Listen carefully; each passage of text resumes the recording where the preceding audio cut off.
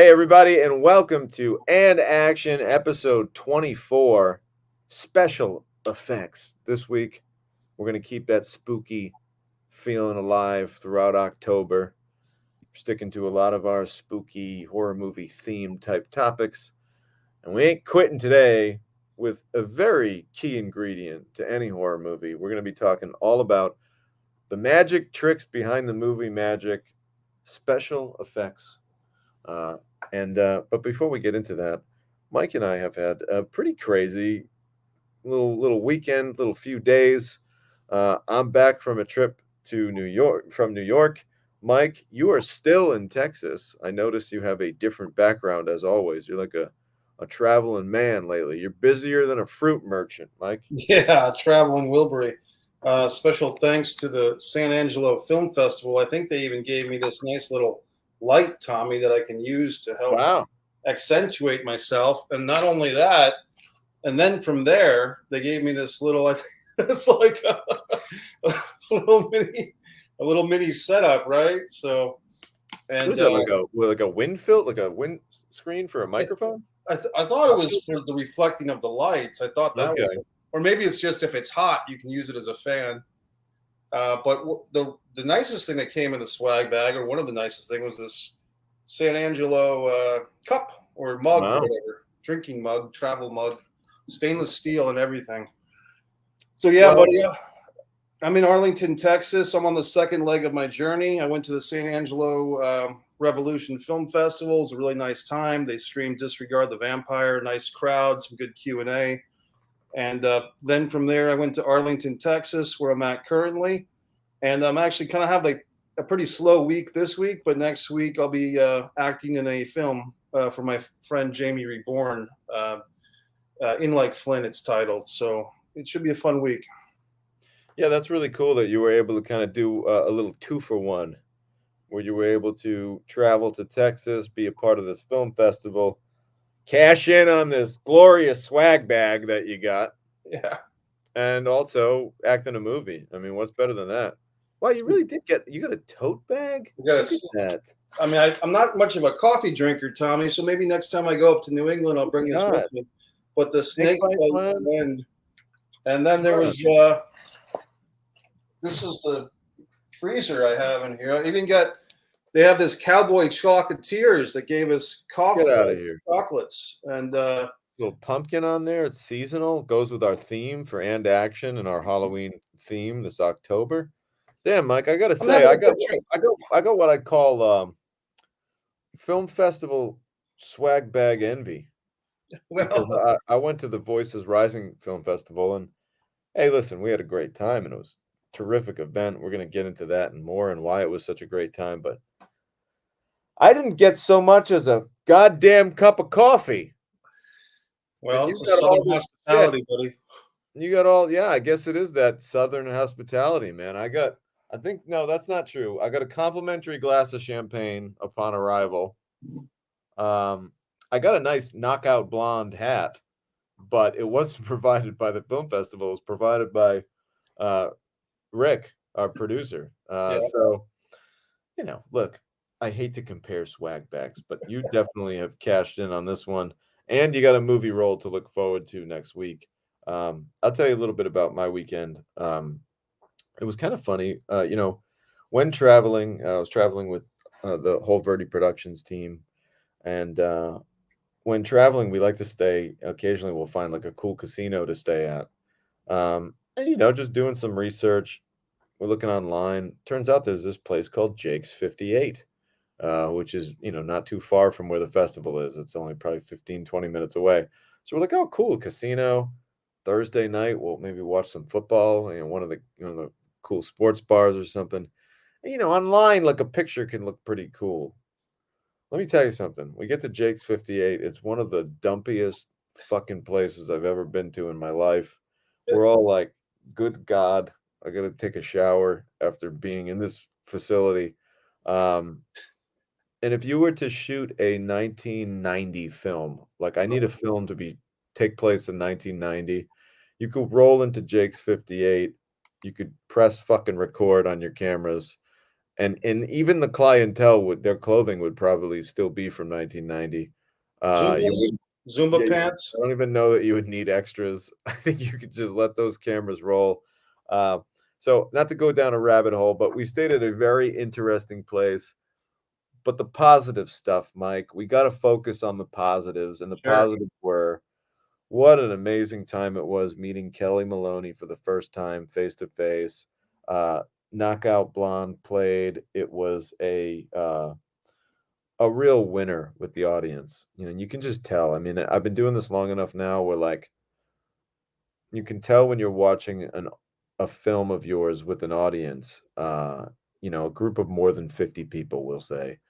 And it's funny to see, especially when it's still kind of like a newborn baby out there in the world, and you don't know quite, when you're editing, you have an idea of where you think the pops are gonna come, and by pops, I mean, like, you kinda know-ish, you think, where, like, those laughs are gonna come. You kinda think you know where the gasps and the oohs and the ahs will come. But when you watch a movie with an audience like that you've never really seen it with, you truly discover new elements, and it's kind of funny to see, like, "Oh, wow, they laughed at this moment. I was never expecting that." So it was fun for me also just as a filmmaker from that perspective to, like, watch the movie with a whole new group of people and see where they kinda what they react to. But really, the highlight was just meeting Kelly. We have done so many Zoom meetings and so many different calls and sessions and talking about the script, talking about her life, really just laughing. To be able to like sit next to her at dinner and just kind of chat. It was nice and it was cool to see. I mean, we gave each other a big hug right off the bat. It was like meeting an old friend. Real quick, let's just check in with some of our and action friends here. We've got Kim Kaling. What's up, Kim? We've got Anna checking in. How you doing, Anna? Hope your week is off to a great start. And yeah, Kim, Texas hospitality. They really, I gotta say, I am very jealous of how Mike has been treated. Yes, I'm spinning this in a negative manner. I'm not gonna be happy for Mike. I'm not happy that he got all this cool swag. I'm gonna be slighted that I didn't get that cool shit. But no, it was a great weekend, and meeting Kelly was special. Here's the thing too, like, what I want people to realize and what I wanna stress, I'm a big boxing fan. Like, ever since I was a little kid, it's funny, like, you remember books that you had when you're a little kid. I Sure. had this really thick book when I was probably like 10 or 11, and it was like a boxing registry. Long before the internet, like before you could just like type in your favorite fighter and find out all their fights and what town they fought them in and what the outcome was. You had these big fat boxing registries. And I remember I had this big ass book and I used to just look through it and it was in alphabetical order and I could look up all the famous heavyweights and middleweights and really all the notable fighters of our last 100 years of recorded boxing. And I used to just study that book. So like boxing's always been a big part of me ever since I was a little kid. So Well, to be able to sit next to somebody who has literally managed the undisputed heavyweight champion of the world, like it really doesn't get any bigger than that. For someone who doesn't really understand boxing, it's like that's the pinnacle. That's as high as it gets. So Kelly has a unique perspective on something that I'm very interested in. So I could just listen to her talk all well, night. Tommy, some of the viewers may not know that Knockout Blonde is the story of Kelly Maloney, who was the trainer or manager, trainer for Lennox Lewis, Manager. manager of Lennox Lewis during the championship run, and she was born male, and I believe after she worked with Lennox Lewis is when she did the gender transition. Is that correct? Yes, it's true. That's definitely a story that everybody should check out. There's a really great trailer right now. If you go on there, and maybe I'll put it on my YouTube channel so everyone can check it out. But we're proud of that story. We're proud of that documentary. It's called Knockout Blonde. Uh, we've just had some success at a few film festivals, and it seems like the momentum's picking up. So Kelly has an amazing, inspirational story. I think it's going to help a lot of people, and I think it's going to, not only entertain but ultimately inspire too, Mike. That's what we try to do, right? With movies, we're not just here to pass the time.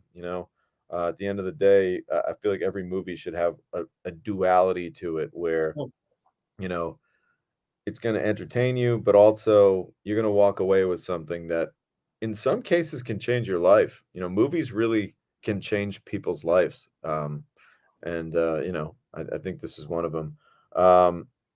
Anna asks, when and where can we watch the documentary? So that's a great question. A lot of people have been asking me that.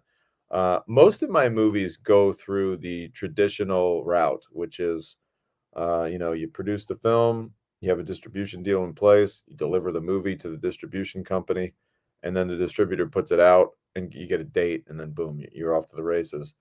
This is a little different with Knockout Blonde. The producers have decided to sort of approach it with what they call the festival route, where you'll play the movie in a handful of festivals, sometimes a few, sometimes a dozen, generating a buzz, generating this kind of, um, you know, intangible kind of energy rush of the movie. And sometimes people say that that could be more, the film could suddenly have more value Right. off of that festival buzz, and then the hope is that, the right articles get written about it, and then boom, you're there. Um, so that's a roundabout way of me saying I don't have, an answer for you on when it's coming out or where, but we have reason to believe that it's gonna be, next year, probably sometime in the, if I was guessing, and this is really just a guess, I don't have any inside information, just kinda, like, going off of educated guess based on what I know about the business, I would say probably, sometime in the spring of 2024 or 2023, excuse me. I'm losing track of the years. Spring of next year, I How would say. long is the movie, Tommy? Is it 90 minutes, 2 hours, or what are we Yeah, it's looking at? about, I think it's like 95 minutes, Okay. somewhere in that neighborhood. So Um, feature length doc, yeah. Well, I mean, yeah. there's such a interest in documentaries these days. Netflix has really helped with that, and other documentary channels. And also, Tommy, the topic couldn't be any more timely. The transgender issue is huge right now, and it's debated, I guess is the word, But I think it's to put a human face on this topic rather than just theoretical jargon. To have a human being who's gone through the process and to hear their story, I think will be an effective Well, I story. think it's all about moving forward and creating more space for people. So it's not necessarily, to me, I don't think of it as a controversial topic, and I don't really think of it as, a way to get people to look at something that's so different. I just think of it as it's 2022, almost 2023, and the world needs more space for more people. There's no reason why we all can't be in the same room telling different stories. And, that's kind of what I'm hoping that this film enlightens people to just create more space for new stories to be told, and not look at it like some kind of a strange story or different subject. It's just another story that happens to be told. It's a compelling story. It's an amazing story. Um, but I think that, part of it is not looking at it like it's some super different thing. It's a film, you know? Yeah, well, I was just more saying that the topic of transgender issues is very highly debated right now in the world. But so that's why I'm saying it's a timely topic. That aspect of it, of course, it's more of a biography. I haven't seen the doc yet, so I'm looking forward to seeing it myself. Well, maybe we can arrange a sneak preview, but today we are here to talk about special effects and all of them spooky things that come with them, the oohs, the ahs. I want to kind of make something clear right off the bat. I think when people hear special effects, they might be a little bit confused as to like what exactly is a special effect. There are so many different sort of, I guess you could say it's like a big web, and there's a million different little offshoots for what are special effects, right down to, if there's a little bit of like fog, if there's some smoke in the room, like that's a special effect technically. If there's rain outside in a rain machine or a snow machine, that's technically a special effect. But a lot of people get confused between special effects and visual effects. Special effects, and I like to say practical special effects. You're going to hear me use the word practical a lot today, because practical effects, unlike visual effects, can be seen with the naked eye. They happen right before our eyes on set. Whereas visual effects, those are done in a computer. Those are better, for lack of a better word, those are the preset computer animated CGI. You hear it all the time. Like I think even the average moviegoer or movie fan, we know what CGI is, right? It's not like some advanced movie lingo. So basically, what we're talking about today is anything that's not CGI, real deal practical effects, meaning like for example, if you see someone's head get blown off in a movie, we're really going to make a dummy of that head, and we're really going to physically like decapitate that dummy and shoot it, rather than we're going to program a fake head into a computer and watch it explode. So basically, anything we're talking about today is real and it's happening right in front of the camera. Is CGI stands for computer generated images? Is that right? Yes. Okay. Yeah. So basically today, now listen, that doesn't mean that you can't take a practical effect and enhance it a little bit with CGI. That happens all the time. But today we're just going to kind of talk about, the basics. And again, it's the Halloween season.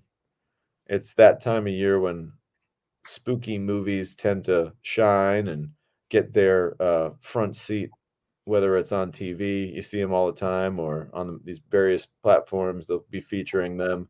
Um, the Halloween movies are still going strong. That franchise is still kicking. The Scream movies are still rocking and rolling. That franchise is alive and well. So clearly, there's something about the horror genre that people just love. It's never going anywhere. In fact, later on in the month, we're going to be talking a little bit about just horror movies in general. We're going to do an episode just on, you know, what it is that we all love so much. That it's almost like ever since you're a little kid, like I don't know if you're around a little kid and they like to be chased. Oh, chase me around. It's like we love that feeling of like being scared. That's something that even like as a kid you like manufacture. Your grandpa might be like, "Ooh, no, don't get me." But we Right. all know it's safe, and as a kid, your grandpa's not going to really eat your face. But there's still something that we love, that little fear that's kind of inside of us that we want to be pushed to that moment. What do you think that is, Mike? I think there's a certain feeling of just being alive, and even fear, which kind of goes into anxiety, like the fear of being hurt or attacked or killed. But you get kind of an adrenaline rush, like was it the endomorphines? Is that the word? Or the dopamine, and your dopamine levels get accelerated when you feel like your life might be in danger or your health might be in danger, and then Endorphins. Yeah, the endorphins start to yeah, fly. Yeah, no, yeah, you're right. Yeah, fear is this weird drug that I think that, if you could ever bottle it up and put it in a shot, people would probably drink it, and just try to feel what fear is like, and some people love to tap into that. So, yeah, it's a good point, man. I think there is probably on a metaphysical level, some kind of chemical that goes off and gets released when you're afraid that makes you feel alive. There's an old quote from war veterans that say, "You never feel more," something, and I'm paraphrasing, but something like, "There's no more thrilling feeling that a human can experience than running from gunfire." You know what I mean? Like the idea that like, holy shit, those guys are trying to kill us and we're gonna live and we're right. running away from that shit. So that's what it is. So today we're talking all about those moments in the movie that make you do this and make you want to look away. And we're talking about how you create those moments that make you want to change the channel, but at the same time make you want to like lean in and say, how the fuck did they do that? Well, we're going to talk all about that. It's all about the magic tricks. So really, let's talk about just like my first introduction to special effects of any kind from a filmmaking standpoint on a real level. I tried some stuff in college. It never really worked out. But on a real level, it was a movie I did called Self Storage. I worked with a guy named Rob Fitz, who, called him Fitzy. And he was this classic, he's still out there. I believe he's still in the business. And he was this classic, like, when you think of effects guy, you probably would think of a guy like Rob Fitz. He has like a collection of probably like, like dozens and dozens. I would compliment his t-shirts every day. Like just the classic old school horror movie t-shirts, like, you know, cannibalistic human underground dwellers like Chud, all this. I'm gonna shut my phone off because it's aggravating me to the point where I want to take a fucking hammer and smash it right now. Well, that wouldn't be good because phones are so expensive these Yeah. days. No, I really want to smash the thing sometimes. I'm trying to concentrate on my show here, and people just keep bothering me. So anyway, Rob Fitz, he had it all. He had all the things that you'd expect a special effects person to have. And I remember I sent him the script for self storage, kind of just unsure. Like I didn't know like how to do any of this shit, just hoping that he would have some ideas. And I remember him saying, "Hey, can you put together a hot list of all the items that you want?" And I was like, "What's a hot list? I don't even know what a hot list is." And he said, "Well, just go through the script." It's like this thing is possessed by the devil. It's like Well, it made its noise on its own after yeah, you I turned shut it I off. shut it off and it's still see, it's that spooky time of year where shit's getting possessed. When the phones are possessed. My phone won't stop. So I'm just trying to tell this fucking story about a hot list, About uh, Fitzy. and Fitzy. So basically, a hot list is something that any filmmaker out there, if this is your first time doing this and you have special effects in your movie, go through the whole script. And he said, I want you to kind of just like write every special effect that you come across, meaning like if someone gets stabbed, if someone gets shot, if somebody gets their head ripped off, or a body part ripped off, or this was self storage. So there was a lot of impromptu surgeries that had to take place. So basically, if you see a moment where there's a surgery that takes place, what you should do is make a little note and follow along and make a separate guide and basically write, okay, page 8, we do a impromptu heart surgery, and you write like a sentence or two about, ready, here's a big phrase, what the camera is going to see. That's a phrase you're going to hear a lot if you're a filmmaker, from production designers, everyone from production designers to stuntmen to special effects people are going to say, well, what do you want the camera to see?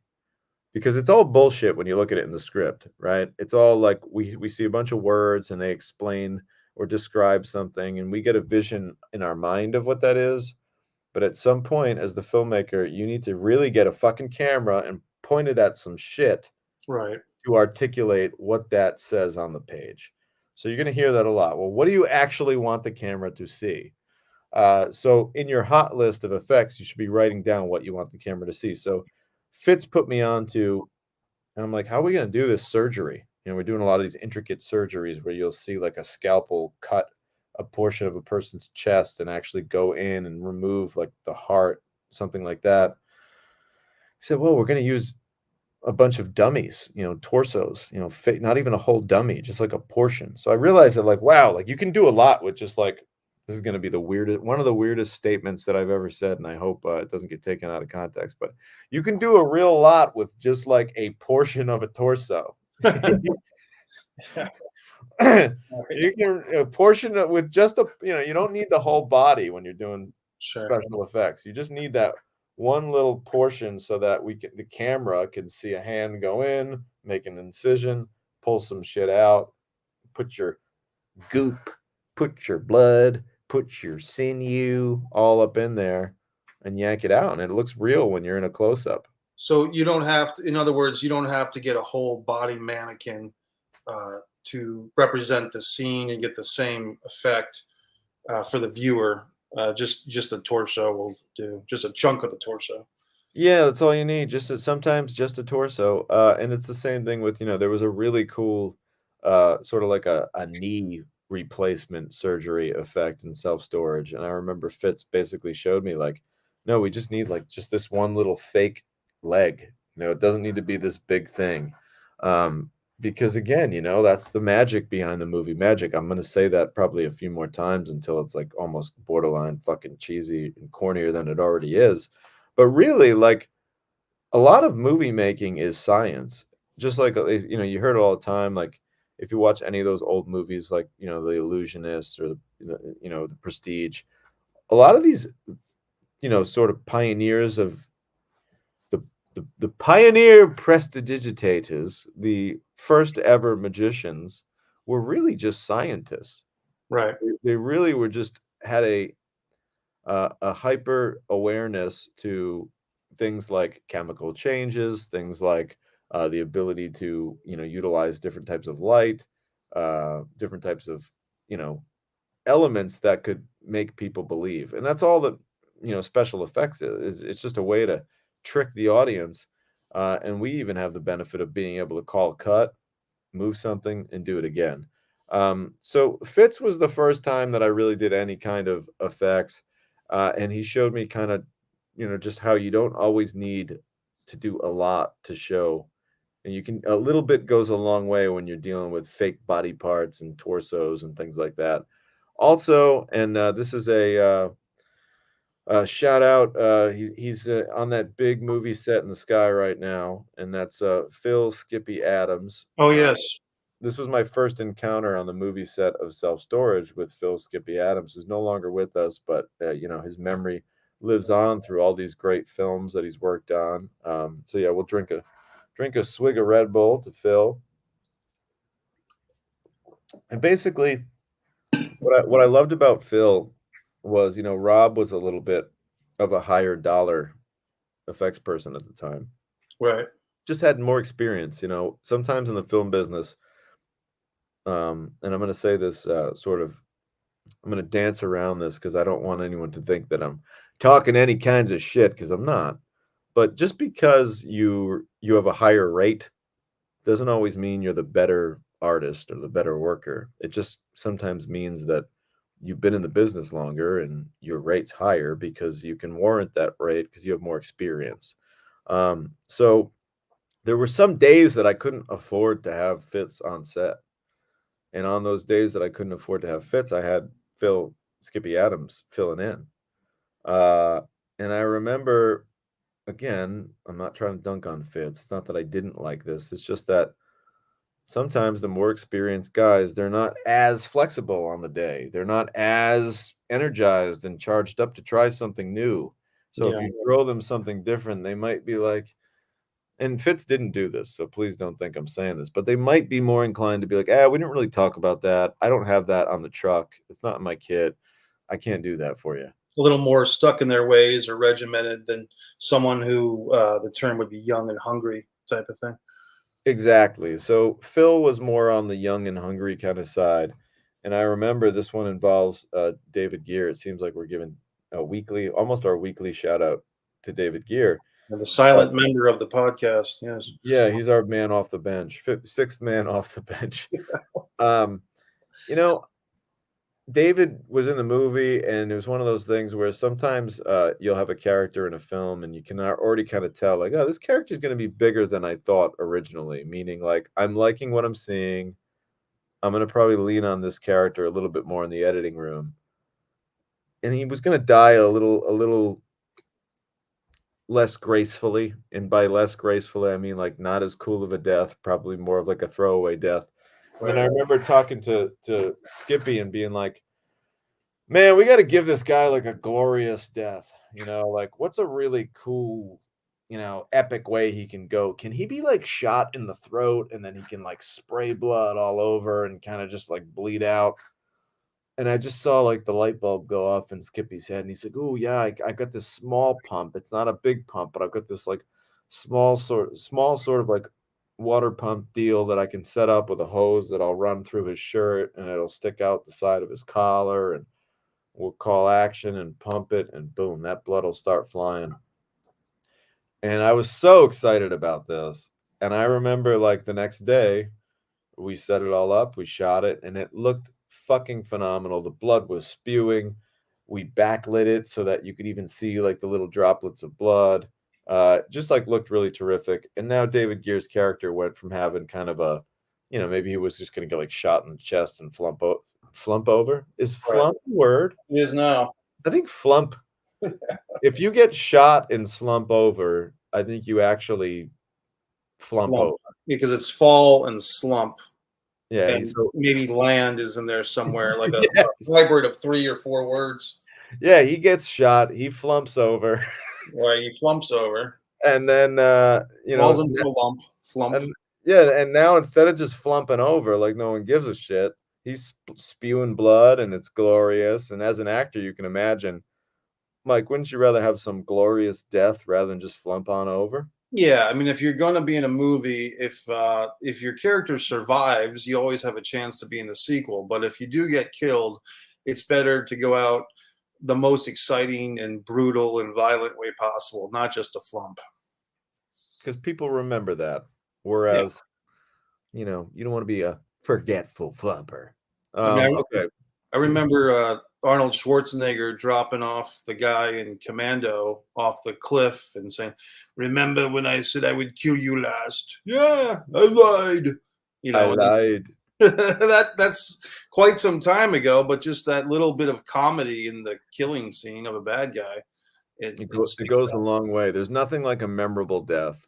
Um, so I made self-storage, and that was my first kinda foray into special effects, and then after that, it wasn't too long before we made Almost Mercy. The only difference was, I brought on somebody very, very talented, very, very special. Not that Phil and Fitz weren't, but Ben Bornstein is a guy who's just on another motherfucking level. This guy has done a lot of amazing things since we've worked together. You might have heard of a little show called Gotham that had a hell of a run. Well, Ben was basically in charge of all the special effects for that entire show. Did everything from a lot of the effects that we're talking about, standard gunshot effects, standard stabbing effects, whatever, but also did like creature builds for a Right. lot of the characters in Gotham and a lot of these just incredible things that he's done. And he's got a shop in New York, and he's just very talented. Uh, and this was my first time working with him, and I met him through a friend. And it was one of those things where, you know, we've talked about this before, I think on our keeping in touch episode, but, like, sometimes you can make fast friends with somebody and it's like, boom, you got a best friend sudden like, Ben Bornstein was like that, like, we hung out, and after a couple, 2, 3 days, it was like my long lost pal that I'd known since 2nd grade. Right. So we hit it off really quick. Let's just check in, we've got some new and action friends checking in. Miss Ash, what's up, Well, Miss Ash? come back. Good to see you again. We hope you're having we had a really nice spooky day here in Rhode Island. It's perfect for the Halloween theme. Hey, what's up, my friend? Stephen E. How are you, my friend? We're sorry that your notification didn't signal. Maybe because we were doing this one through StreamYard. I don't know. We're always doing it through StreamYard. But we missed you and welcome back. Andres, hello, my friend. It's good to see you He's again. Andres is recovering from a minor health situation, and he told me he's doing fine now. So Oh glad to hear. no.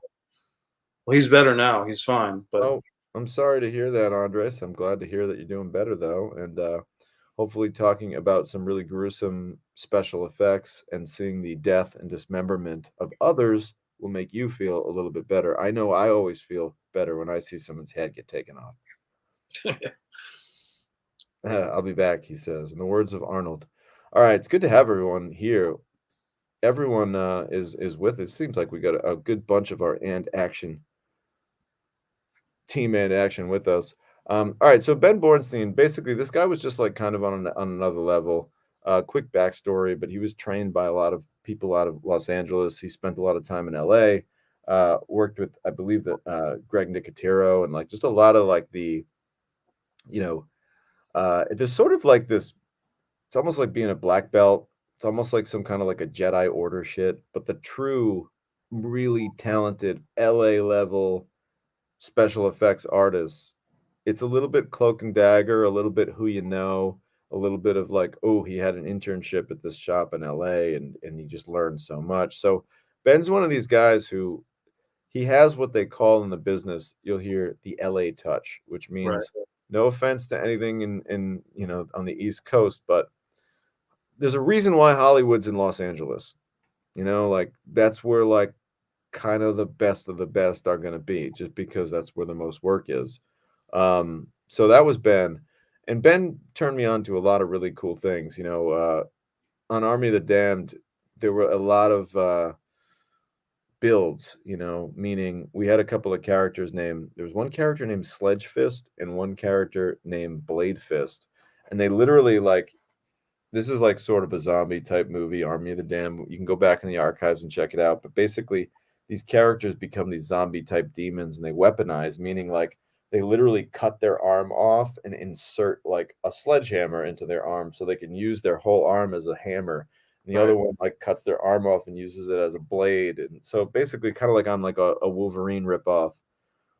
So Ben basically, like I said, next level, made actual molds of their arms and made actual pieces that would seamlessly fit. Had this whole kind of a sling set up so that you know the sledgehammer actually worked, and just like really next level from an engineering standpoint, and like building these prosthetics that actually worked. Um, in addition to that, Ben was a guy who kind of introduced me to the fire extinguisher blood gag and what that can be about. A lot of people might not know this, but a lot of the best special effects in horror movies, all that blood that either is shooting out of someone's neck or that's coming out of someone's chest, usually it's projected just from your standard fire extinguisher, like Mm. the not the little red kitchen one, but do you ever see like the silver one that like maybe a fireman might have, like a Right. real deal fire hose, that the kind that you would see in like a hospital in like a metal cabinet, like for emergency, like real deal fire extinguisher. They take that fucking thing, and instead of loading it with foam, it's loaded with your fake blood concoction. And the pressure is just so fucking immense when it comes out that it's going to be likened to the actual pressure of when blood actually courses out of your veins or gets shot out of for a projectile. So it's kind of funny to see like, you know, all these blood gags, and in my mind I know that like, yeah, it looks scary on camera, but there's really a guy literally holding a fire extinguisher laying down on the floor like slightly off camera, Right. just pumping the thing and pressing a button, and that's how they make that big scary thing happen. It's just some guy right at its feet, at that person's feet, at the actor's feet. So that was a really cool, like little, seemingly simple but pretty incredible device that Ben brought to the table, among other things. Um, but basically, just building prosthetics. You know, David Chokachi's in that movie. We built a prosthetic of his head and blew it up um, from like a shotgun blast. Just like some really really kind of cool. There was this like throat gag setup that I remember we did. This was involving the fire extinguisher. Um, but I wanted to watch this cult member basically cut his own throat right in front of the camera. And basically, there's no seam. Ben made this prosthetic across the neck, and the guy is able to basically take a fake knife, of course, and make a slash like this across his neck, and you really can't see the makeup prosthetic, but there's a tube underneath a tiny piece of skin that Ben has artfully crafted. And like a cheap garden hose, like sometimes the cheap sprinkler, they'll just take a garden hose and literally just like punch holes in it, and now you have a cheap sprinkler. Right. That's the idea, only in the throat. There's a piece of clear tubing with all these little holes in it, so that you hit the fire extinguisher, the actor times it, he slashes across, and now boom, all that blood is going to spray out of the throat, and it's going to spew for a little bit, and then the actor drops out of frame, and you've just witnessed someone cut their own throat, which seems like it would be a pretty challenging thing. And I'm not saying that it wasn't, but with this apparatus that Ben built, Right. it looked phenomenal. And it's all practical. There's no CGI. There's no, extra costs later when you're going in and you have to do all this post production. Now you're going to spend more money on this bullshit? No. do it practically. It's all done right there on the spot, and then all you got to worry about is cleaning it up. But I'm excited for if you haven't seen Almost Mercy. I'm sorry, if you haven't seen Army of the Damned. If anything, you can take shots at that movie all you want. This might lack some story structure here and there. Story might be a little homogenized, but the effects they hold up and they're pretty solid in there. Well, Tommy, there's another thing. You were talking earlier about the torso. Like you just have to show the torso or a chunk of the torso to get the idea across. There's also kind of a phenomenon with film viewing where the audience has kind of learned the language of film after 100 years of going to the cinema. We've all kind of learned like certain things lead to certain things. Like if a character is in one kitchen and then they show up in the backyard, you don't necessarily have to show the character leaving the kitchen to go outside into the backyard. The audience gets the point, and that kind of helps filmmakers today with everything, with special effects, with editing, with story structure. Just because as a society, we've all kind of reached a higher level of film education as viewers.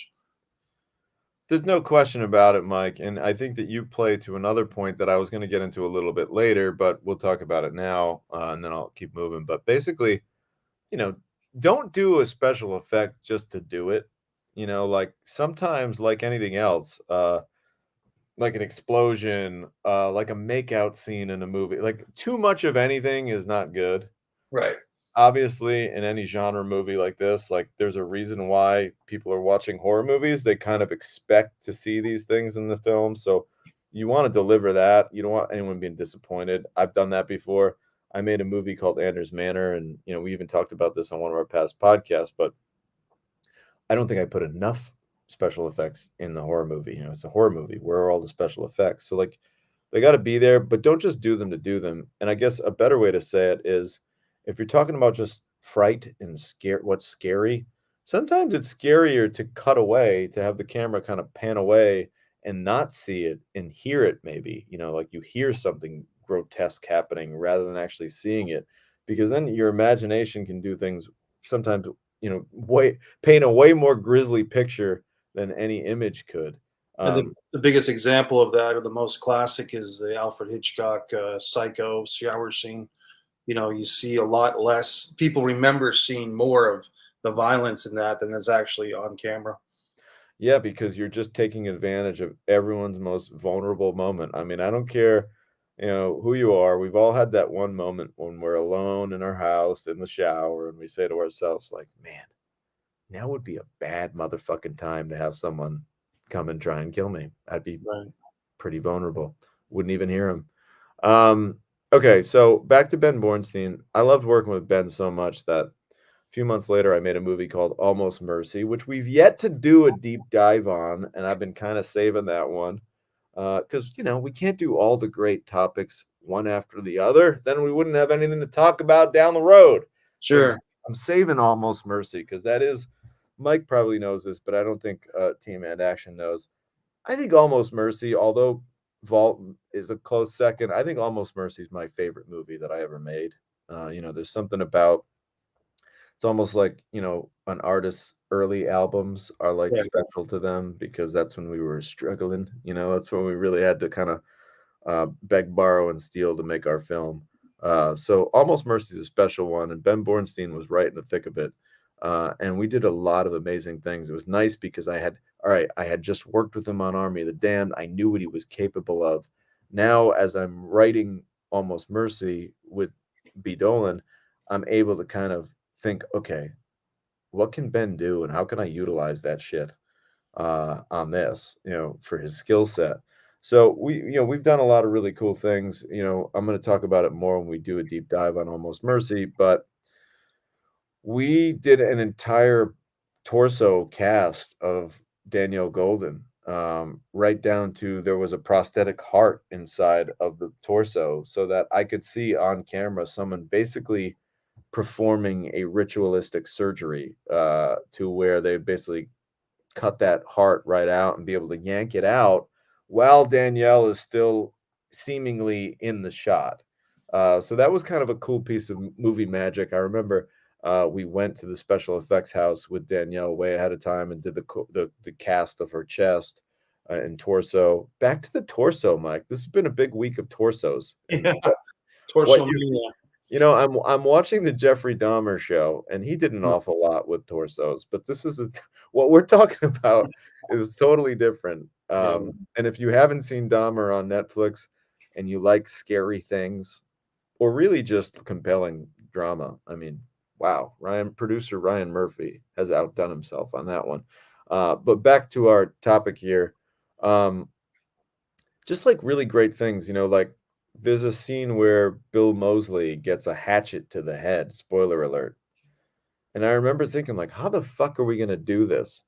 And Ben, again, that LA touch, he took the hatchet, which was this like small combat hatchet, which believe it or not, I didn't even know this, but I did when I did research for the movie, but if you're in the special forces, they actually have this like pretty badass, like it's called a tactical hatchet, and it's something that some special forces guys will have to, I would imagine, not just as a weapon but also like for carving down brush or whatever. So this character had this like black steel kind of tactical hatchet. It was a right. fucking axe, Mike. It was badass.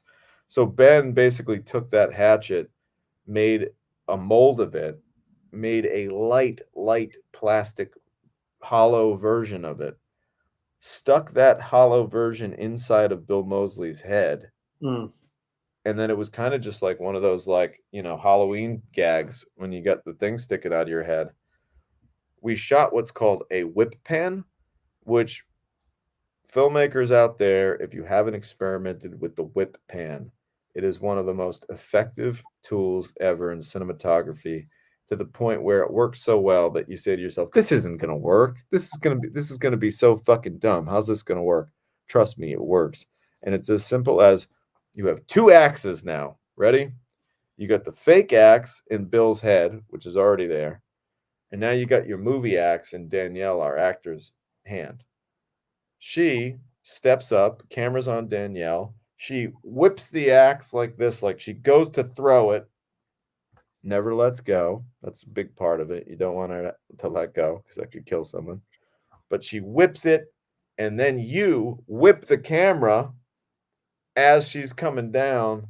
Camera pans, and it lands right on Bill Moseley, who's already got this axe in his head, but the camera doesn't see that. The camera just sees this motion. And suddenly, I swear to God, Mike, it looks just like you threw a fucking axe in this person's head. And with the right sound effect and the right in the right. insertion of the axe and the right sell by the actor, Bill cocking his head just right in the angle hitting. It's one of my favorite shots that I ever put together. And it looks so fucking real and so violent.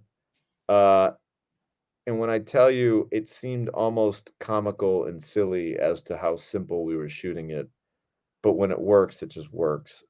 So whip pans, guy, it's a very effective toy there for Sounds your that's a great piece of practical advice, so to speak, for everybody watching who is looking to make their own film. break out that whip pan. Chris Soderbergh says, "LOL, late to the party, but I love the word flump. It might be my new favorite word. You guys kill me." Well, we're glad you enjoyed the flump. We hope you don't laugh so hard that you flump over. And if you do, we hope that there is a pillow or some crash pads on standby. This But is Chris, thank you for joining us. yeah. Thanks, And Chris. we do have a lot of fun here. I mean, the English language is it's not a closed book. We can add new words when we see fit. Why Well, not? that happens all the time, not just with an urban dictionary, but Webster's dictionary often has a new word. I saw some YouTube video, Tommy, where the it's something in England. It's not Chad, but it's like Chod or something like that. It's like the English had their own version of like insult to like a frat boy type of guy, and just interesting how words are developed through pop culture sometimes. It is, and not to go down a whole rabbit hole of this, but it's just funny because I was just with Kelly over the weekend, and Kelly Maloney is, of course, from the UK, and it's just funny that we're speaking English, they're speaking English, but the words that we say in English might not necessarily always match up with the words that they're speaking in English. So funny how even the same language can just be so different from country to country, nation to nation, and state to state. We love words here on And Action, but let's keep rolling here. We got a few more movies to talk about, and we're already almost an hour deep into this thing because we get so carried away when we're talking about all these different special effects. So real quick, I just wanted to mention, we talked about a couple of things that were done in Almost Mercy. There's a big shootout scene at the end of Almost Mercy with these dirty cops. These dirty cops kind of get what's coming to them, so to speak. Right. And it was all done with what's called a guac gun, which is short for guacamole gun, which is really a very simple device that works so well. And all it is picture a tube that could run through the back. I'm going to turn my head now. Now picture like if camera's here, right? This is the camera lens pointing at my face. There would be a tube coming out of my back on a Right. 90-degree angle like this. And on that spout would be right here, sticking out of the back of my head, so that a person off camera would press a button and boom, a big load of blood and brains would fire out of the back of my head. But the camera would never see it because the camera would be facing this way. They'd never see any of the apparatus behind my head. So to camera, it would just look like me going like this, acting my head back. And let's say there's a nice wall right behind me. Well, that wall's just going to get doused in blood and brains and whatever else. And it's going to look like it came from the back of my head, but it really just came from a simple little spout, a little tube that's sticking out of the back of my shirt. So Ben Bornstein introduced us to the guacamole gun, and you'd see if you watch like The Walking Dead or any show where there's a lot of gunplay and a lot of people getting taken out and it's quick and nasty, the guacamole gun is in full effect. And then real quick, I just wanted to talk about, kind of a simpler effect, you know, we did in Almost Mercy. Some of these gags require a lot of time and a lot of kind of forethought, but some of the more interesting effects, like there's this great scene in Almost Mercy. There's two great scenes that I'll briefly go through, and they both share this unique quality. One is when the Fred Sullivan character gets kind of hacked up with an axe. And of course, the other scene is when a couple other characters get hacked with an axe. And really, all it is a simple, they're turning, the main character, Danielle, turns Fred Sullivan's body over, and you just see a pool of blood leak out. And really, all that was Ben Bornstein with a pitcher of blood, pouring it onto the floor, and just watching this perfect, like, you know, pond or pool of blood leak out. And it looked so gnarly and effective and, uh, you know, just did what we wanted it to do. And it's funny because all that was a guy pouring blood onto the floor with a Right. pitcher off camera, but it looked fucking terrific. So we're not talking about some like advanced setup that you needed to make a mold and burn it in a kiln. And no, this is just like an artfully poured blood off screen. Same thing with, we had all these people basically. We had Danielle. I'm sorry, actually, this was former WWE star, ECW star, Tommy Dreamer is chopping these people up with an axe, and there's all this blood flying into his face and behind him. And really, all it was Ben and a couple of PAs with paintbrushes and Dixie cups filled with fake blood, whipping the paintbrushes like this, whipping, Right. whipping, whipping. And all that blood is just flicking. So it's funny. Like if you were to widen out, if you were to watch it on camera, it looks gruesome. But if you were to wide it out and really like watch it with like a home movie camera, it would look ridiculous. You'd see three people with paintbrushes and cups doing this, loading it quicker and quicker, and he's just standing there. So it's like it's always fun to remove some of those elements, strip it down, and be like, what are we doing with ourselves today? We're just flipping, whipping blood at some random guy with holding a fake axe. What has my life become? Well, buddy, it reminds me of that expression from Top Gun Maverick. It's not the plane; it's a pilot. It's not necessarily how much special gizmos or money you throw at these effects. It's the intelligence or the experience or the street know-how of the special effects artists and their teammates in making these things happen. Yeah, 100%, man. I mean, you could give Michael Jordan a pair of flip-flops, and he'll still beat you one-on-one any day of the week. Right. So, it doesn't matter what kind of sneakers you have. Um, so let's wrap up Ben's handiwork, and then we'll get into some just general rules of thumb for filmmakers out there, and we'll wrap this show up. So Ben continued to work with me on a movie called Vault, which is by far probably my favorite movie in terms of just production value and flash and dash, if you will. And Ben recreated, which in my opinion, all right, so guys, quick side note. To me, the best special effect of all time is in The Godfather, when, everyone's seen it, assassination through the eyeglasses actually kinda shatter and the dude gets shot in the eyeballs. It's such a classic mob hit. You see the blood fill up and everything. Um, I wanted to do that again. I wanted to have, like, an homage to that scene. So Sean Ringgold had glasses in this movie, and I said to Ben, like, "What can we do?" And he said, "Well, Tommy, the Godfather effect was kinda dangerous by today's standards," meaning there was actually a mechanism inside of the glasses. uh, 2 little hammers would kinda, like, come down and knock the glass, and then there was double pane glass, and the glass was actually breaking, like, Mm, right in front of the actor's eyeballs, with 2 tiny little hammers that would go off from a charge, an wow. actual fucking explosive device, Oh, jeez. very tiny charge in the Yeah. fucking glasses. Think about that, 2 hammers that are coordinated, and by hammers, I'm talking about something probably the size of, like, this fucking pen cap, Right. but, like, these 2 little hammers would just go and knock the glasses, and then there'd be tubes that go in through the hollowed out sides of the glasses that pump blood in, synchronized with the hammers.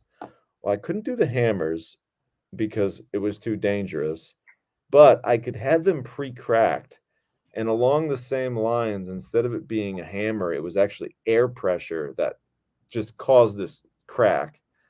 And then Ben used the same principles. He hollowed out the sides of the glasses, and there was 2 tubes that ran in through the back, and basically, uh, we only had 2 shots at it. I knew that he had 2, and this cost about I don't wanna tell you, I wanna say that this cost $11,000 to make. This one gag was like $11,000. Um, these 2 pairs of glasses that were made. So we shoot, first one, action. And believe it or not, Mike, there's, like, some kind of, like, flash that goes off, like, it's as if the glasses created some kind of friction, and Yeah. almost like a spark went off. I don't even know how the fuck it happened because it was air pressure, but, like, whatever happened, it was rigged kinda funky and didn't work the first time. And then I remember being really fucking upset and being like, "No, this is bullshit. We paid $11,000 for this. We're gonna do it." And Ben was like, "Look, let's do it again. I got another one." So we quickly did it again, and everything went like a fucking charm, and boom, air pressure cracks the glasses, perfect crack, blood spews out, trickles down through the face, and then we called it cut. And then I remember, and I had just met Sean Ringgold. We're actually pretty damn good friends now, but I just met him at the time. And I remember the poor guy had to be basically blind for like an hour Right. because in the next scene, we see both of his eyes shot out. So he's just like this, and I remember he's like, "Tom, I'm trusting you, man. I can't see a goddamn thing." And I was, like, helping him through set, and he's a Wow. big guy. Dude, Sean's I think I mean, I think I worked with this guy, didn't I? you did work with Sean. He's, I don't know, 6'3", 6'4", Yeah. He's a little bit bigger than me. 275, yeah, 280, all muscle. He's Yeah. huge. And I'm like, helping him through, sitting him down. Right. All right, here we go. Look this way because he can't. Poor guy can't. Not only can't see, he can't open his eyes for like an hour. So he hung in, and Ben did an amazing job, and I can't wait. I'm gonna make a little clip of that and show everybody that effect. That's definitely one of my all-time favorite effects that I've ever done in a film. And I real was quick, gonna I was gonna say that Sean is Big E size, but he's probably bigger than Big E from WWE. yeah, he probably is. I mean, another cool thing about Sean, because now we're just talking all about Sean. Did you know that Sean was a world ranked arm wrestling champion Cool. in his Nice. late 20s and early 30s? Like when he was, a young guy, like he used to do these fucking national and international competitions. And I've seen videos of him. If you want it, guys out there watching this, if you want to have fun for like 90 seconds, because they're short, it's fucking arm wrestling. Just go to your YouTube and YouTube Sean Ringgold arm wrestling, and you will watch Sean just obliterate motherfuckers. And I know what you're thinking. What? That's not, why would I want to watch that? Very entertaining. Sean is loaded with charisma. This was before Sean was an actor, and you Right. can see that he's got the charisma because he comes out like a wrestler, like screaming and playing up to the crowds. He'll like point to his opponent and Right. just demolish them. So it's kind of funny if you're looking for a quick feat of strength in your Tuesday. YouTube Sean Ringgold arm wrestling. It's kind of entertaining. All right. So the one other quick thing about Vault before we move on is this was my first time working with another. Remember, we talked about all these different facets of special effects. Yep. Very, very all encompassing. Well, we all know what squibs are, right? When an actor gets shot and you see the poof, poof, poof, poof, and there's little explosions that happen on their body. Yeah, it's usually like a balloon or a condom that's filled with the fake blood, right?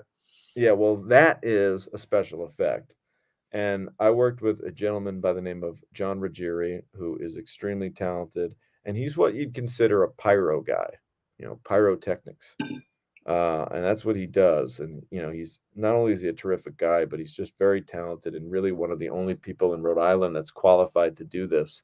So I had him on set, and I remember he rigged up Theo Rossi and Clive Standen involved, and they get shot up in this one scene, and it's just so perfect, man. I mean, an actor can act it out. You can do CGI, and you can add the little bullet holes, but there is nothing like seeing the actual. We're talking real charges. It Yep. ain't enough. We're not talking about dynamite. Ain't gonna fucking blow anyone's chest cavity open.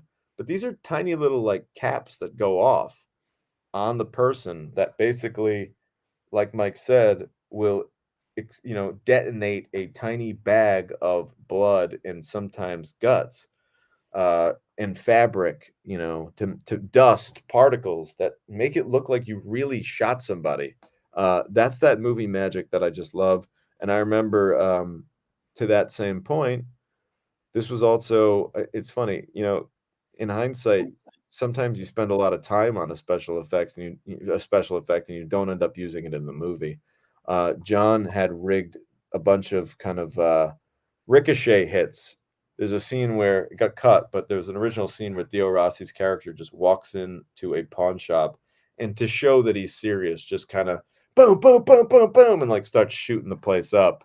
And Right. we didn't end up using it, but I remember John rigged all these various things like a cuckoo clock, a soda can. He rigged all these various items safely out of range of the other actors with small charges, so that, and he had to coordinate it. So as Theo's going around the room blasting away, these charges are going off, and you're seeing items spark and fly in the air and smoke. So again, that's a whole nother facet of special effects that, watch an action movie, you'll see that 10,000 times, a fucking ricochet, an explosion, a window hit, a window Right. goes out in a car. So really today, again, we were talking for an hour, and we like just barely scraped the surface of special effects. We might have to come back to this topic for part two in a couple of months. Yeah, I think we could, but I'm glad we're keeping with the kind of horror theme. So real quick, I can't talk much about it because they will throw me. Well, first they'll take me to movie maker court. I'll go to movie director court, and then I'll get thrown in movie director jail if I talk too much about it. But Johnny and Clyde is a film starring Megan Fox that I directed and co-wrote with Nick Principe. That'll be coming out later on in 2023, and we entered a whole new element of special effects, and I made my first creature.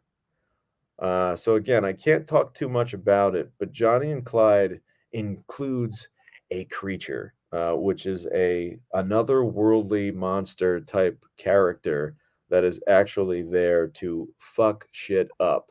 The character's name is Bakwas, and it's really an ancient demon. That's all I can kind of say about it.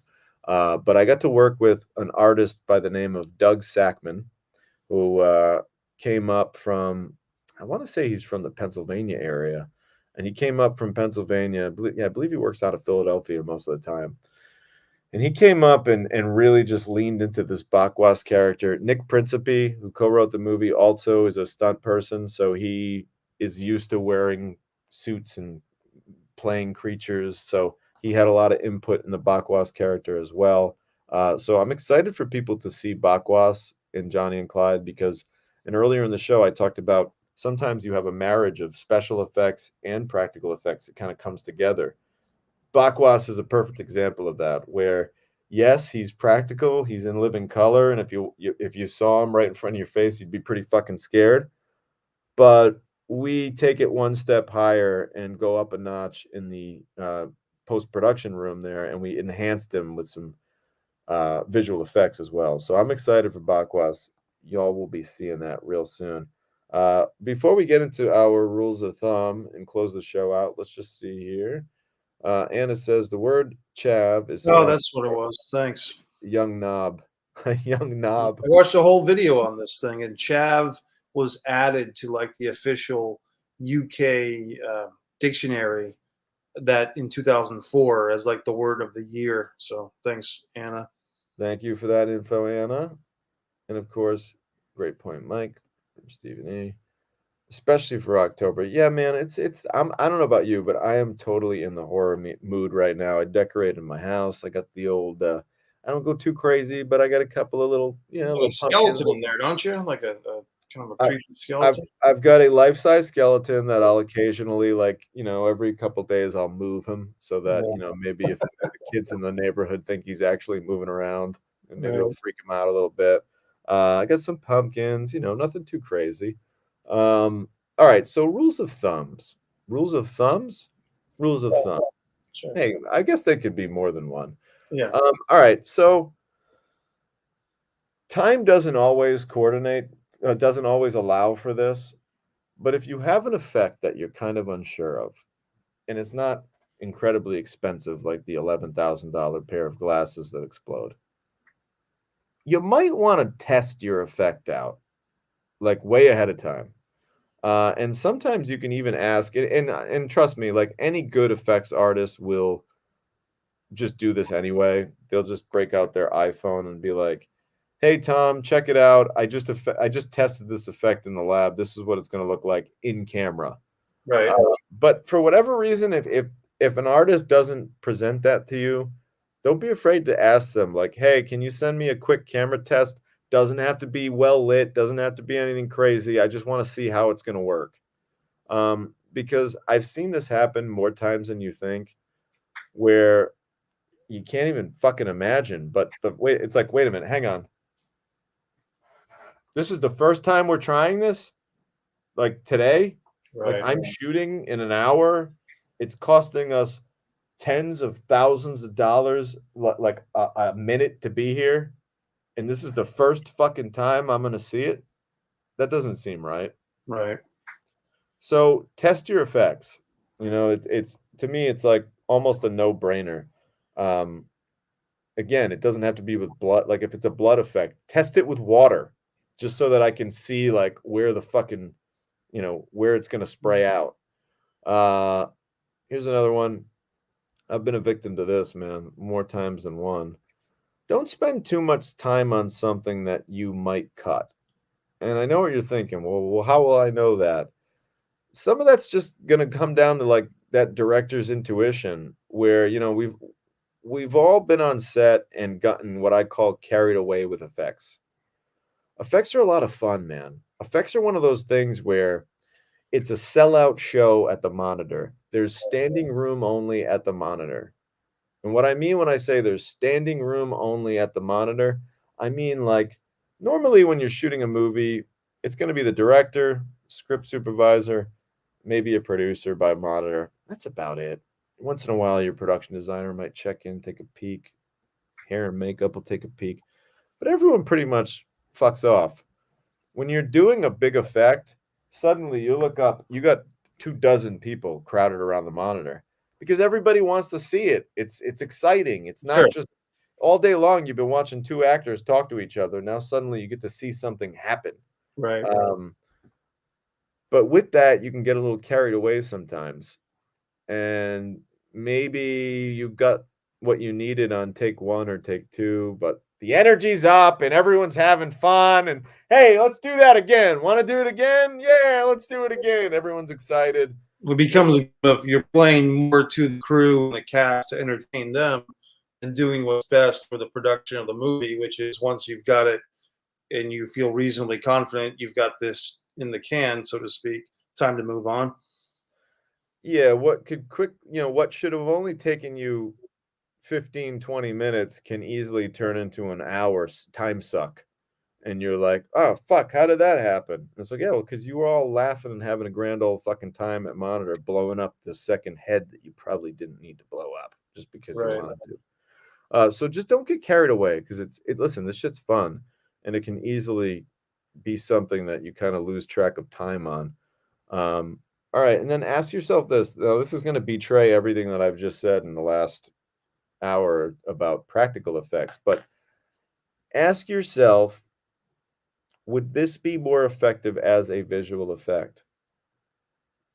Would this be better as just CGI? And I know what you're thinking, "Well, what do you mean by that?" Well, I'm about to direct a movie in November, and I don't think I'm giving anything away or talking outside of school when I say it's an action movie. So yeah, there's a lot of scenes where there's some gunplay and, some people getting taken out here and there.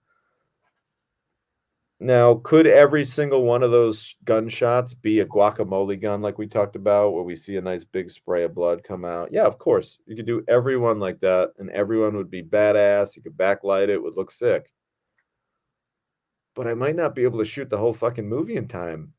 Right. If I invest all that time into every single time a guy gets killed, I gotta rig a guacamole gun? So what do? I say, "Well, you know what? I'm gonna ask myself, would this make more sense as a visual effect?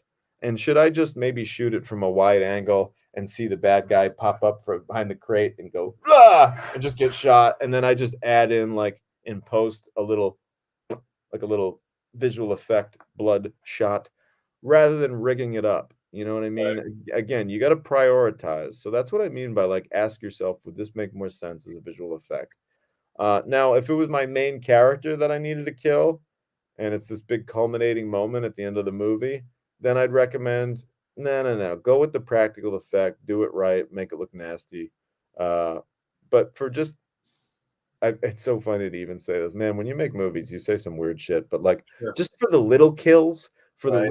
for the little incidental kills, Henchman number 4. Yeah. yeah, maybe henchman number 4 doesn't need a big gag. Maybe he just needs, like, a little visual effect, blood squib, and get him the fuck out of here. Well, the overriding principle, what I'm hearing from you is basically you have to pick your battles. You have to pick what hills to fight on, so to speak, because unless you're got the budget of Stanley Kubrick making Eyes Wide Shut 25 years ago, most filmmakers, no matter what level, are not going to have an infinite amount of time and money to do every single thing that they would love to do in a best possible case scenario. So you have to be real and practical, so to speak, and do what you can and not feel the need that you have to break out every bell and whistle in every single film because financially it's going to be hard to accomplish that.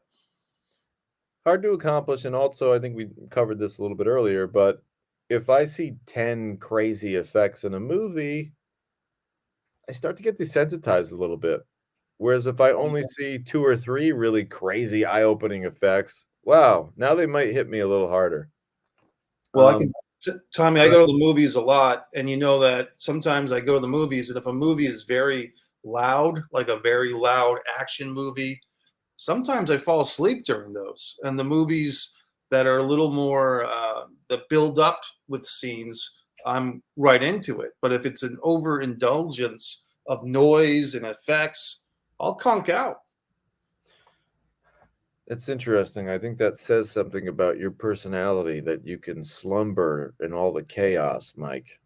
Yeah, An yeah. interesting case study on you. So, Here's another rule of thumb that I think people forget about, and God knows I've forgotten about it many times, and it's made a lot of PAs look at me like they want to punch me in the face.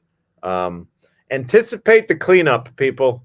mm, We're doing these big ass, messy blood gags, it can get atrocious. And suddenly, that kitchen that you rented out to shoot at is fucking covered in blood in places that the homeowner didn't even realize they owned. Like they're finding blood behind the cabinets a year later, and they're right, saying, "How the fuck did all this blood get in here?" So make sure you have the proper tools, supplies, and people in place, so that you're not just like, "Hey, great, we got the effect. That's awesome. Let's go home." It's like, no, there's literally a fucking crime scene in there that you need to clean up now. Um, right, so I'm serious. It sounds simple, but like paper towels, wet wipes, a crew literally on standby, like 2 or 3 people. Usually, unfortunately, this seems to always fall in the art department's hands, and it shouldn't.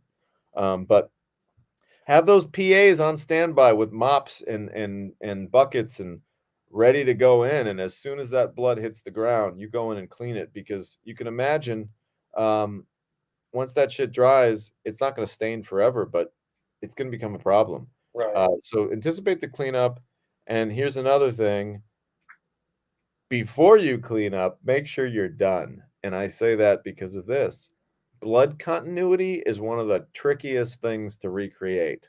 Meaning, if you shot a scene where the whole room's covered in blood and it's a specific pattern and you need it to look like that again, it's not always so easy to recreate that. So if you're gonna take a lot of continuity photos, it's literally just like any episode of CSI that we've all seen a million times. But like, take photos. Like if you just did a gag, there's blood everywhere. You got your actor dead on the ground, like a CSI guy, go in there and take all the photos of every angle before you clean up because you might have to revisit that and reshoot. And oh wait, was it a pool of blood? Was it a trickle of blood? How much blood was there? Was there brain matter? Was there no brain matter?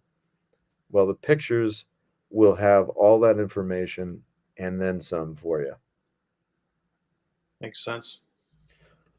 Stephen E says, "Yep, been there as a PA.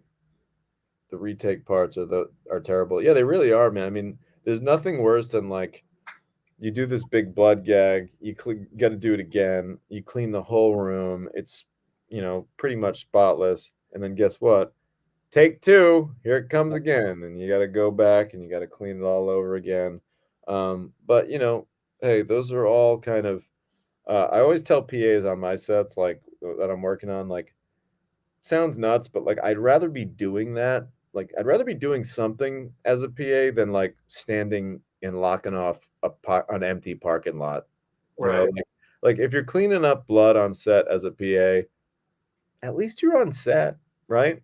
Well, at least you feel like you're part of the team because you are, and you're doing something valuable, which you are, And I remember that movie I was with you on last summer, Tommy, this past summer, where there was a lot of PAs, and you're right. They seem to be more happy when they're actually involved in the process rather than sitting around doing nothing. Anyone who's PA'd before has probably had to do it. And I mean, there's nothing worse than when the AD is like, hey, I need you to lock off that corner 100 feet down the road over there. And you're by yourself.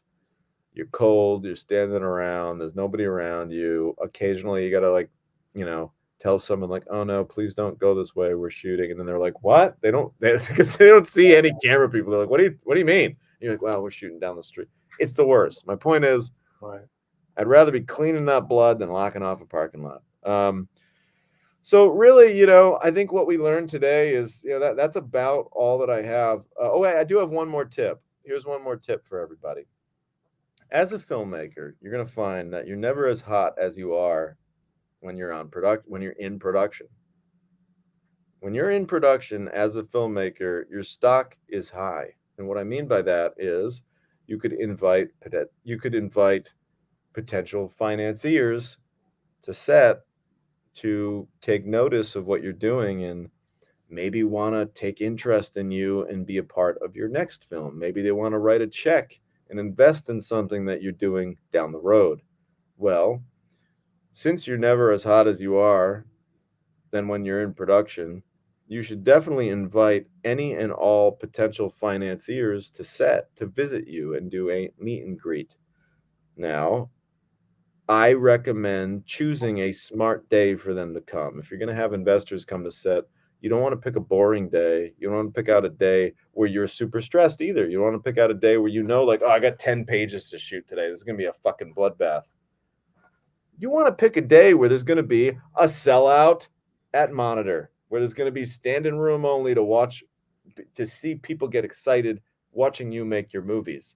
So an effects day is a perfect day to invite a potential money person to set to hang with you and take part of that filmmaking fun. Because just like your whole crew gets excited about the big gag that you're about to shoot, well, the financier who's probably never really been on a lot of movie sets, they're going to find that really exciting.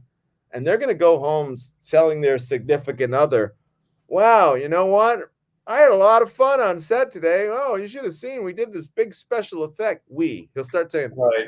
we did this special effect, right? Yeah. So, like, these are the kind of days that you want to invite people. And if it's not a financier, maybe this is the day that you invite your brother or your cousin or your best friend, or, like, these are the days that usually, although it's intense and you got to get your shit in, there's a little bit of a light mood in the air on effects day. So take advantage of that. That's a good day to maybe have some visitors. I like that. That's a good lesson. And the production value is what's going to impress those potential investors, I think. And just like that, as we're closing out, we have a new viewer checking in. Yeah, Sir sir. Well, Sure. Well, is that Jamaica? Is it that a looks like Jamaican? Bart Simpson in the emoji. But is that a Jamaican flag, Sir Well? I thought it was a dollar bill or some maybe it is a Jamaican flag. It's a flag of some kind. It's really tiny, but I think it's Jamaican. Help us out if you can, Sir Well. And thank you for joining us as we wrap things up. Of course, you can go back and check out what you missed earlier in the show. This has been a great episode, guys. I love talking about special effects. And like Mike said, we could probably have a whole nother show on a whole different facet of special effects down the road. We're going to keep the spooky theme alive for next week. Join us next Tuesday as we get into a little bit of, we're just going to talk about really just horror movies in general. Okay. We're going to discuss just horror movies and what it is about them that are so special to us. And then after that, let's do a little programming, Mike. I'm taking a look at my calendar here. Next week will be the 11th. We're just going to talk about general deep dive horror movies. We're going to be talking a little bit about our favorite horror movies. We're going to be talking a little bit about the psyche and what makes them so special, what I've learned about horror movies as I've made a few of them. And then after that is going to be the 18th. We're going to be talking about Kane Hodder. We're going to do a deep dive on Kane Hodder, who was the star of Almost Mercy. And if you don't know who Kane Hodder is by name, he was the man behind the mask in a lot of the Jason movies. So Kane Hodder is the real deal Jason from Jason Voorhees, Friday the 13th films. That's right. So we're going to be doing a deep dive on him. And then I'm not 100% sure, but I think the final week of our, we'll call it Shocktober, where we're doing only topics on scary stuff. On that final week of Shocktober, it's going to be Tuesday, the 25th, and we are going to be talking about a movie called Damon's Revenge, which is a film that it's horrifying, frankly, and we're going to talk all about that and more. So Shocktober's lining up to be pretty kind of exciting and fun, and we're excited to share it with all of you. Anna, thank you so much for joining us. Anna says, Oh, "Thank you guys. very Have an nice, amazing Savannah. evening." Oh, thank you so much. Hey, Tommy, I did want to mention I wore the Florida shirt because, unfortunately, the home state that I'm in now, Florida, although I'm in Texas this minute, but Florida had a rough week, as we know, with that Hurricane Ian, I believe. And so hopefully everybody pulls together and they bounce back quickly there. I'll say that, that they're so used to these acts of nature that they seem to have like uh, structure in place already to fight against the damage, if that makes any sense, or to recover. Yeah, our thoughts go out to Florida. We wish everybody well. If you have family or friends down there, we're sending them our best from And Action. And we just hope that everybody can get through it. Like you said, Mike, very hardy people in Florida who have been through these kind of tragedies before. I have no doubt that they will get through this one as well. Um, and Kim checks in. This topic was so interesting. Thank you, Kim. We're having a blast. If you haven't already, I just wanted to say one more time, uh, please subscribe to the show. Just go to that YouTube channel. It's, type in Tom DiNucci. It's my YouTube. We're streaming all of our programs live from there every Tuesday. So just click subscribe if you haven't. And again, any kind of share, any kind of, posting the link into your Facebook, it means the world to us. We're really trying to build this show. I'm very proud to say that we get about 100 And Action viewers on a weekly basis chiming in.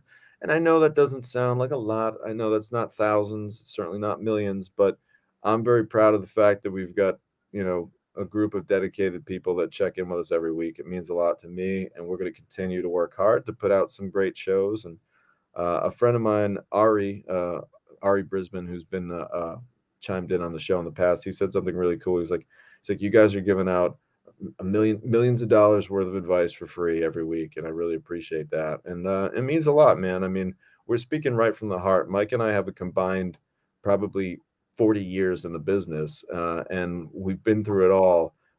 We've had some high moments of success. We've had some really low points of getting, frankly, kicked right in the gut by this business, and we're ready to share all of it with you. And that's what we do every Tuesday. We thanks you. It's been a Well, long day, guys. We Tommy, let thank me you. jump on that real quick. I want to thank Stephen Edwards. He did a nice graphic. I don't know if you saw that, but I tagged you on the old Facebook. Stephen, he made a graphic that maybe we can use in the future. I And didn't see that. I got to check that out, man. I've been a little sluggish on my Facebook the it's last on my day. Facebook page, but I'll tag you again or Oh, something. And that's then awesome. Thank you, Kim Steven. Kim Kaling, Anna, Miss Ash, they've all, I believe they all shared the show as well as Steven. They all shared it on Instagram. I was seeing shares on Instagram, which I'm not on a whole lot. On Facebook, I saw some shares. I shared some in the different film groups myself. I did finish that book, Tommy, the New Jack book, so I was happy to finish it. I'll tell you about that off the air. Of course, then I get to read my own books again. Once I finish his book, I go back to Fight or Play Basketball and A Distance from Avalon. But New Jack's book was pretty interesting. Talk about a guy that would have been good for horror films, man. Yeah, New Jack did some pretty horrific things in the ring. Yeah, I saw Um, some of them live. Yeah. yeah, he was definitely a horror movie in his own right. Well, thanks again, everybody. If you haven't already, subscribe. We look forward to catching up with you next week when we do a deep dive on Shocktober. We're talking horror movies. So, in the meantime, between now and next week, think about your favorite horror movie, and we'll talk about it on the show next week. We'll see you then. Stay spooky, everybody.